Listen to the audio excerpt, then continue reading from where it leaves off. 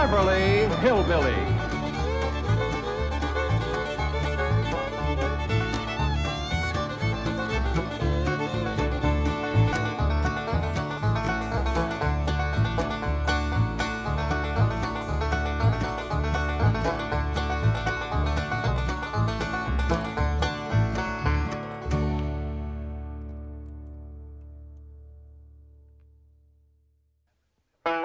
This is where the Clampetts live, but there ain't no one in, 'cause they went home for Christmas and a visit with their kin. And here they are arriving at the home they love the best, happy as a pack of squirrels returning to their nest.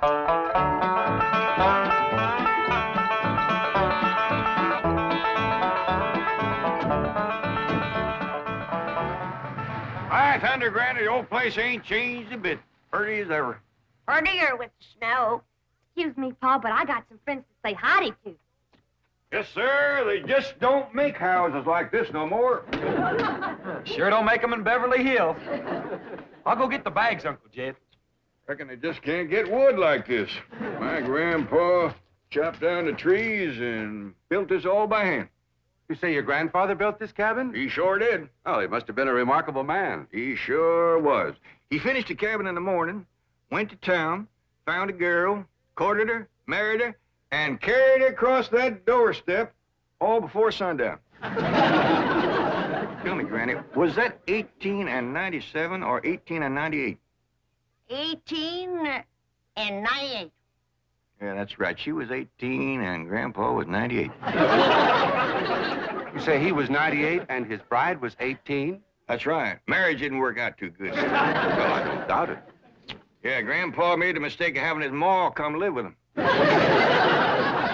Awful bossy old woman. Wouldn't let that little bride do nothing. Did everything herself. Your family has remarkable longevity. No. Yeah, they stretched the truth a little, too. Oh? Grandpa was the day over 90 when he married that girl. And his ma didn't bust up the marriage. That poor little bride just wore out, having so many young'uns to take care of. Oh, what happened to Elly May? Well, she just went to say howdy to some of her friends.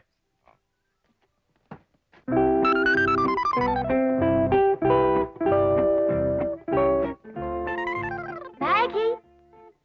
Maggie, it's me, Elly May. I come back to visit you.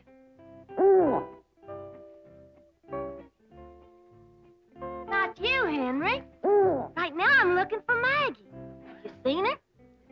You're supposed to be so doggone wise. Where is she? Well, Davy Crockett. Say, you're looking bushy as ever. What's the matter? What you scared of? Don't you remember me?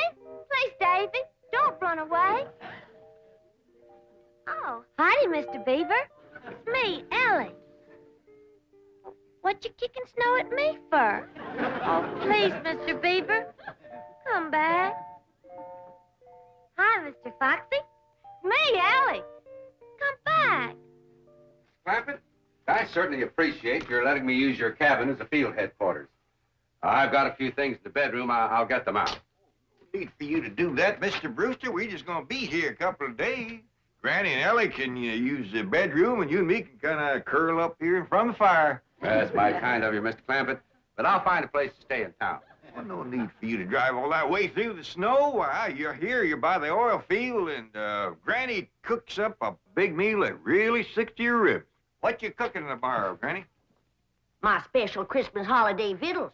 We'll start with red cabbage and green turnip tops, swimming with sorghum. Then what I call my heavenly hash.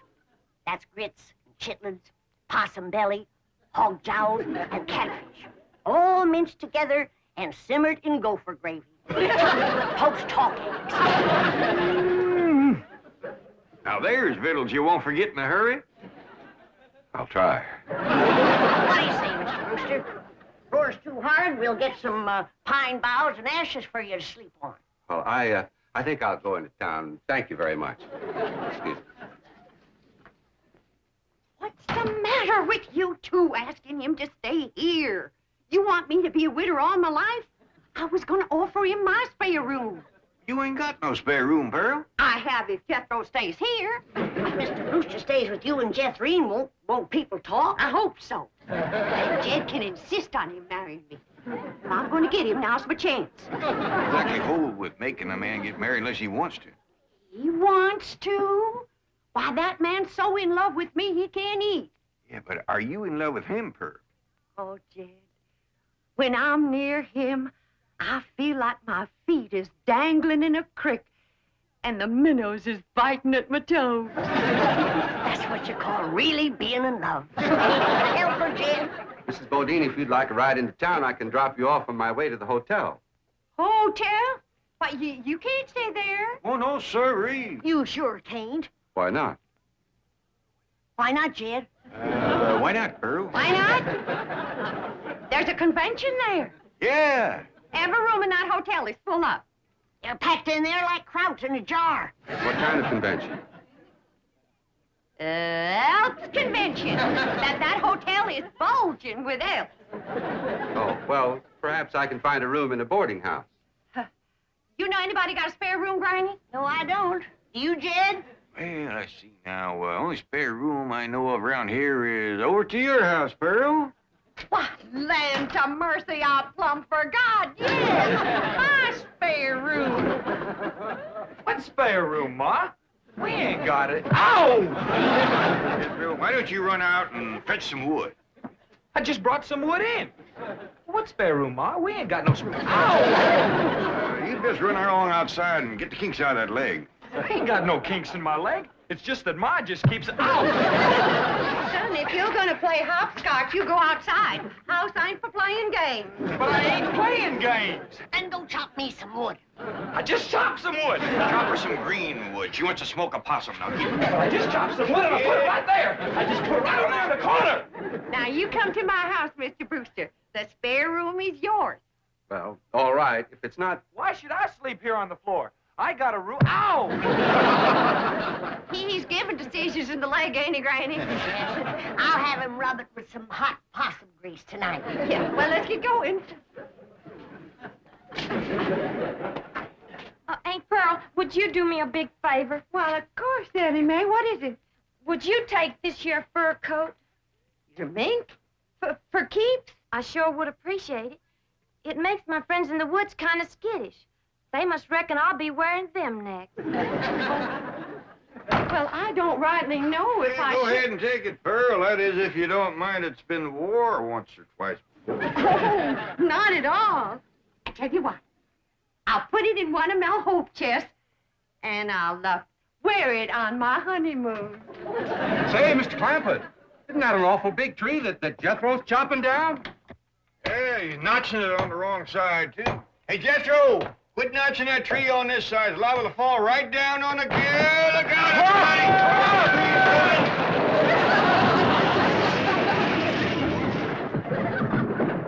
everybody! It missed us. Praise the Lord. Well, the tree missed. We can get up now. Well, he might be chopping another one. Let's wait and see.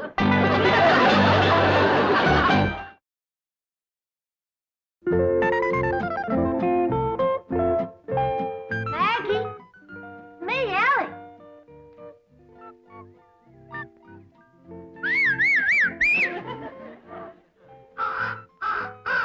Freddie, you old rascal. I know you've seen Maggie. You'll go and get her for me. I'll give you something shiny. What would you like? How about this? Okay? There. Go find Maggie. Smelly. Hi there, Smelly. It's me, Elly. It's a good thing you didn't see me in that mink coat. You might have gotten riled at me. It's one friend I don't want riled, it's you. Maggie, I knew Freddie would find you. Maggie, I'm so happy to see you. I told you I'd come and visit you, and here I am. Elly May, where are you? Over here, Paul. Now, don't you be scared of Paul. He won't hurt you none. Well, now, who's this? This here's my old friend Maggie. You remember her? Sure I do. Howdy, Maggie.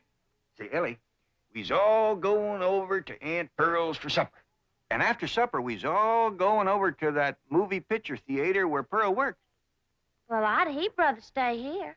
Well, Pearl says there's going to be a brand new picture from Hollywood called Ben Hur. Who's in it? According to Pearl, it's got the two biggest actors there is, Francis X. Bushman and Raymond Navarro. I'd still rather stay here, Paul. Now, we's all supposed to kind of surround Mr. Brewster and brag on Pearl's piano playing during the picture. Well, Jethro can brag extra for me. Jethro ain't going to be there. He just sat there all night and complained about Mr. Brewster having his room. Oh, come on, Ellie. Don't you want to help Pearl get a husband? Okay, Paul. Bye, Maggie. Well, Paul, ain't you gonna kiss Maggie goodbye? I don't reckon so. Her husband might not like it. Come on, Ellie.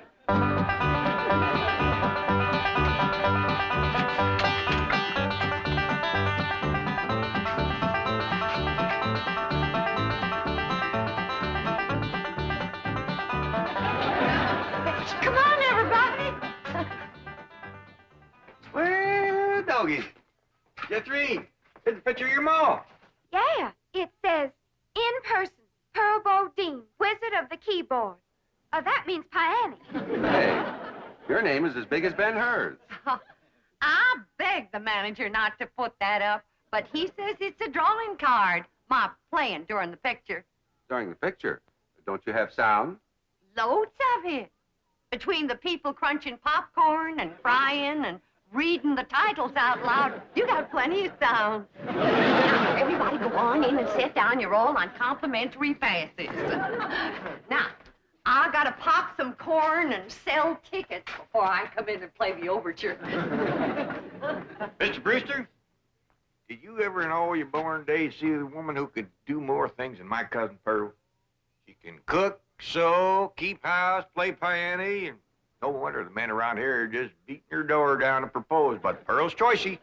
She's waiting for the right man.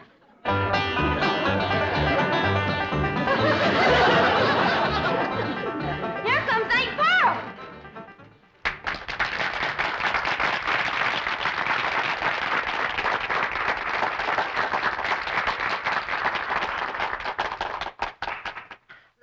Ladies and gentlemen, before our big premiere gets underway, I know you'll want to meet the celebrities in our audience tonight. Now, sitting right here in the front row from Tulsa, Oklahoma, is the field manager of the OK Oil Company, bought by Cousin Jed Swamp, Mr. John Brewster.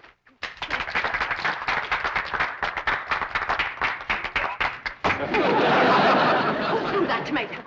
Come on. Homer Winch, get up there and you clean off that screen right now. Ain't you ashamed? Yeah, Pearl, but I couldn't help myself. I'm just eat up with jealousy. I seen red. Well, I see it too, so clean off the movie screen. Ben Hur will look like he's bleeding before the chariot race ever starts. Exciting when you're mad, Pearl. Get up there, you coot.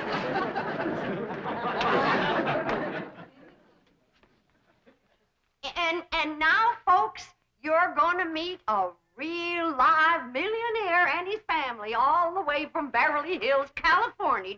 Your friends and my kinfolk, the Clampets. Jed, Granny, Elly May.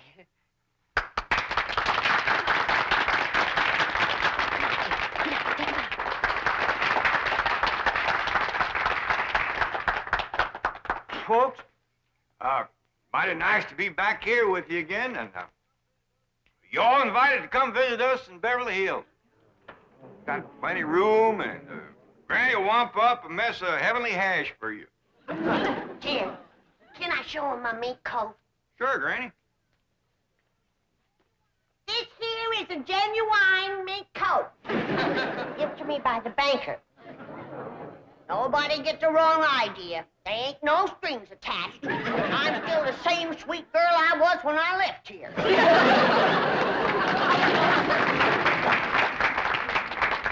And now, folks, I got a real big surprise for you. As you know, those that can read, the picture for tonight is Ben Hur, and I have wrote and composed a special song in honor of the chariot race, which is the most exciting part of the picture. And this here special song is going to be sung by my daughter, Irene. Take a bow, Irene.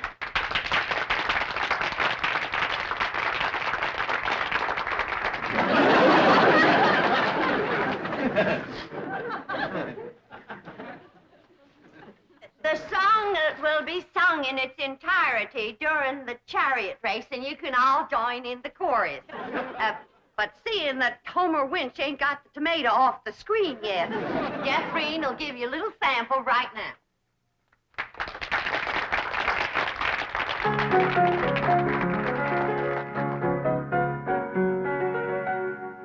A mighty long time ago, couple of thousand years, in a town named Rome, which is far away from here, a feller named Ben Hur lived and went to school, and that young feller was a chariot driving fool. Drive them horses, Ben, Ben, drive them horses, Ben. Drive them horses fast, Ben, drive them for to win. Don't let that other rascal get ahead of you, or he'll win the race, and that'll never do.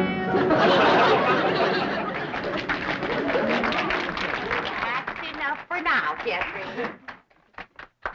You'll hear the song again during the chariot race, and everybody can join in the chorus.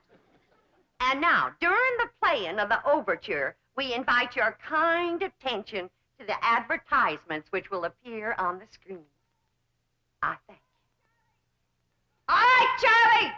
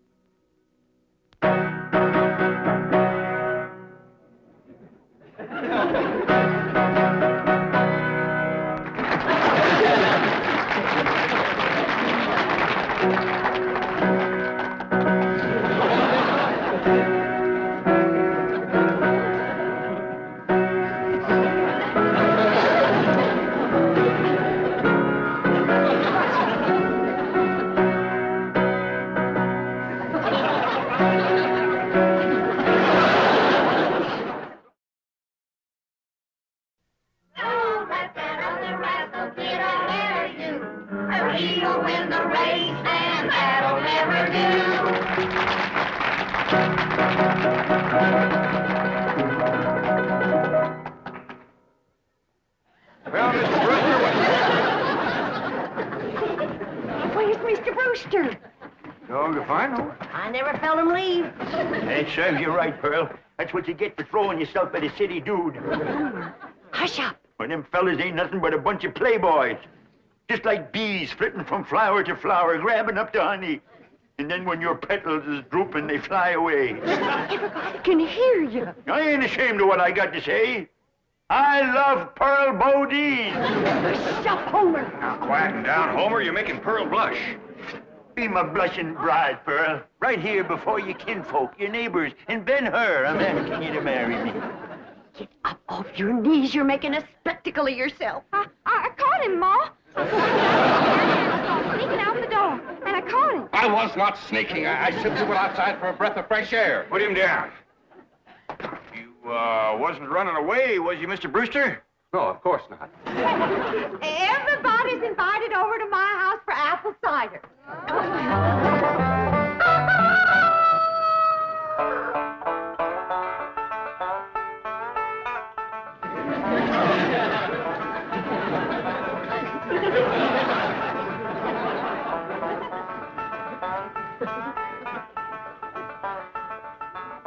Jed, wake up.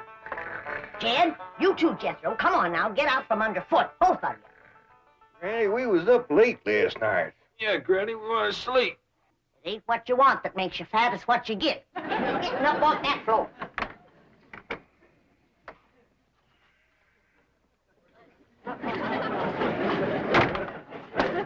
Hey! What do you want to do that for? Yeah, that's cold. Now, when I say get, you get. Floor is cold and hard. You're getting soft from city life. Now get dressed, and get washed, and get packed. Pat! You heard what I said. I ain't gonna spend another night in this place.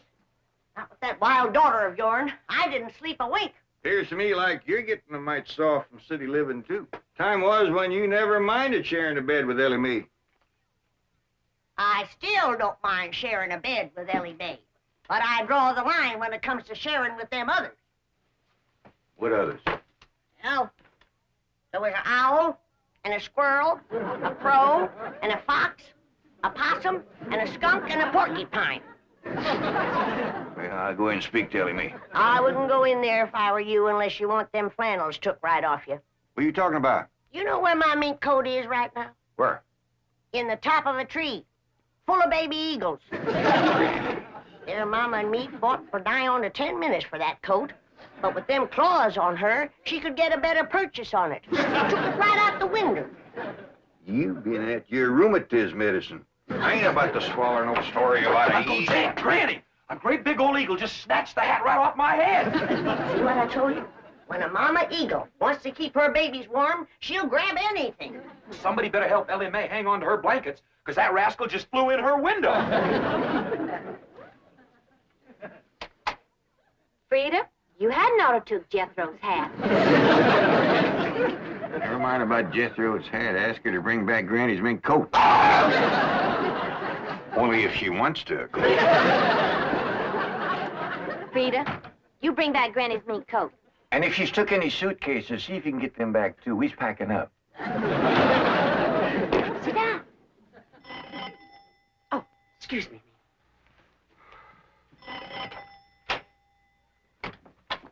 Good morning, Pearl. Homer Winch, I told you and I told you, don't come into my house without I invite you. I happen to be here in my official capacity as a jitney driver. You want no jitney? Well, Mr. Brewster does.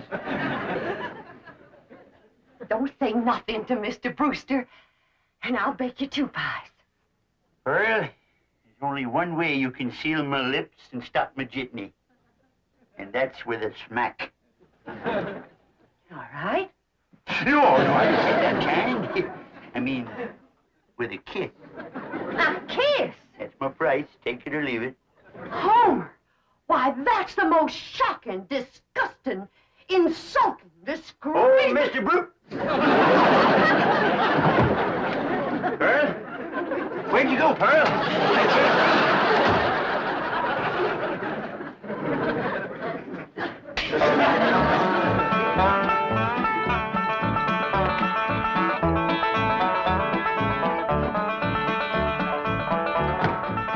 Ma's coming, and boy, is she a driver. She must have heard we was leaving. Without getting her married to Mr. Brewster. I reckon we's in for considerable bawling. Ain't nobody can outcry Ma when she commences to gushing. Pearl? I reckon you's heard. We's going back to Beverly Hills. Oh, now, Pearl, you's bawling already. Don't worry, Pearl. You'll get a feller. Yeah, come on back to Beverly Hills with us. I can't. All right, Pearl, all right. I can't fight a woman's tears. We'll stay here until you marry Mr. Brewster. Yeah, Ma, and I'll be your best man. And you can wear that beautiful mink coat on your honeymoon. Pearl, what are you crying about now? The mink coat. What about it? I was driving down the road and a great big eagle took it right out of my lap. Don't you worry. Elly May! Yeah, Pa? You shinny up that tree and tell that grabby eagle to give you back that mink coat for Pearl's honeymoon, or she ain't no friend of yours. Only if she wants to, of course.